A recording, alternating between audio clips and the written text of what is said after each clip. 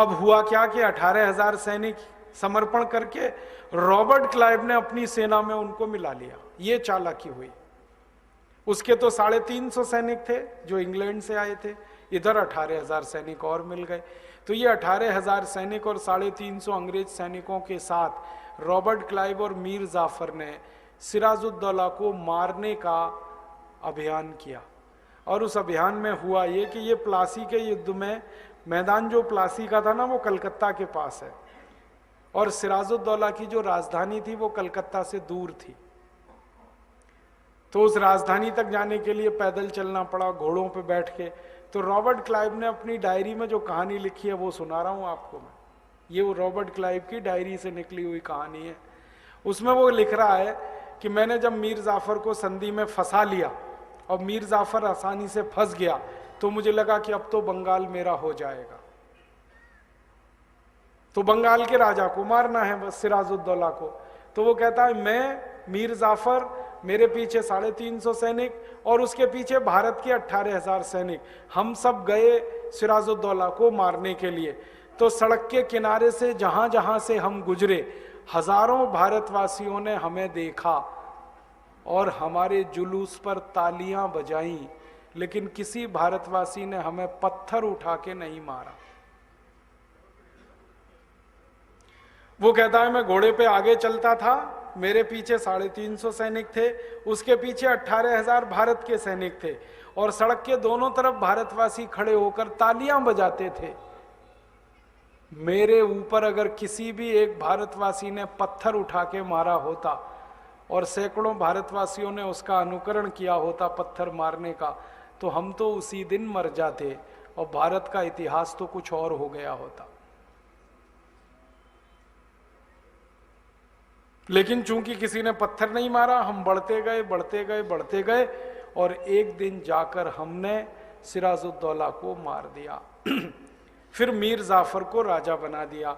फिर एक दिन मैंने मीर जाफर को मरवा दिया, मीर कासिम को राजा बनाया। फिर एक दिन मीर कासिम को मरवा के मैं खुद राजा हो गया बंगाल का। ऐसे ईस्ट इंडिया कंपनी का शासन स्थापित हुआ।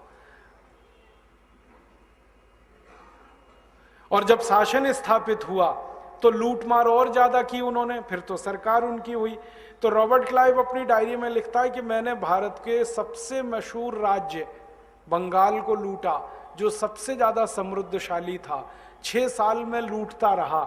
6 साल के बाद मेरा ट्रांसफर हो गया, मुझे लंदन वापस बुला लिया गया।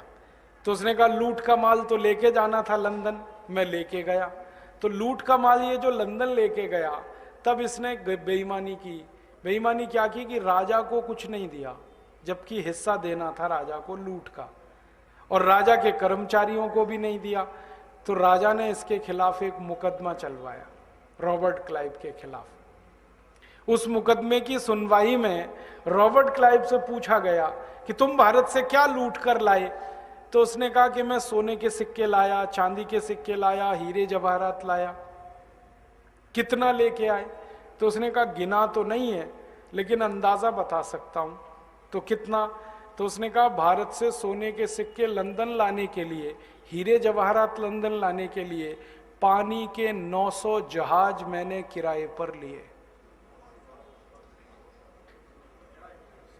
पानी के 900 जहाज मैंने किराए पर लिए, तब मैं पूरा माल लंदन लेके आया।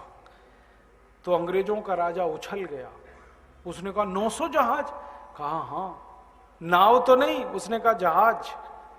तो फिर उससे पूछा गया एक जहाज में कितना माल आता है?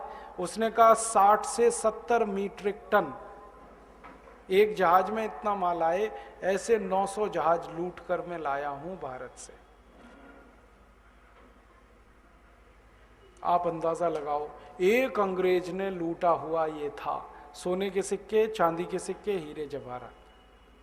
उसका मैंने आज के हिसाब से आकलन किया कि अगर वो 900 जहाज पानी के सोना ही गया हो तो कितना बैठता है। तो आज के मूल्य के हिसाब से वो करीब करीब 17 से 18 लाख करोड़ रुपए बैठता है।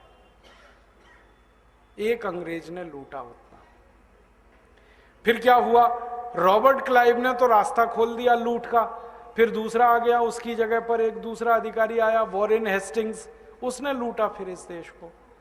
फिर वॉरेन हेस्टिंग्स के बाद तीसरा आ गया विलियम पिट, उसने लूटा इस देश को। फिर चौथा आ गया कर्जन, उसने लूटा इस देश को। फिर पांचवा आ गया इस देश में लॉरेंस, उसने लूटा इस देश को। फिर छठा आ गया विलियम वेंटिंग, उसने लूटा इस देश को। ऐसे 84 अंग्रेज गवर्नर जनरल आते रहे, लूटते ही रहे इस देश को। और वो जो लूट मची इस देश में, उसमें ये देश गरीब हो गया। ये देश गरीब नहीं था, क्योंकि अंग्रेजों के इतिहासकारों ने भारत पर जो रिसर्च की है, ऐसे 200 इतिहासकार हुए इंग्लैंड में।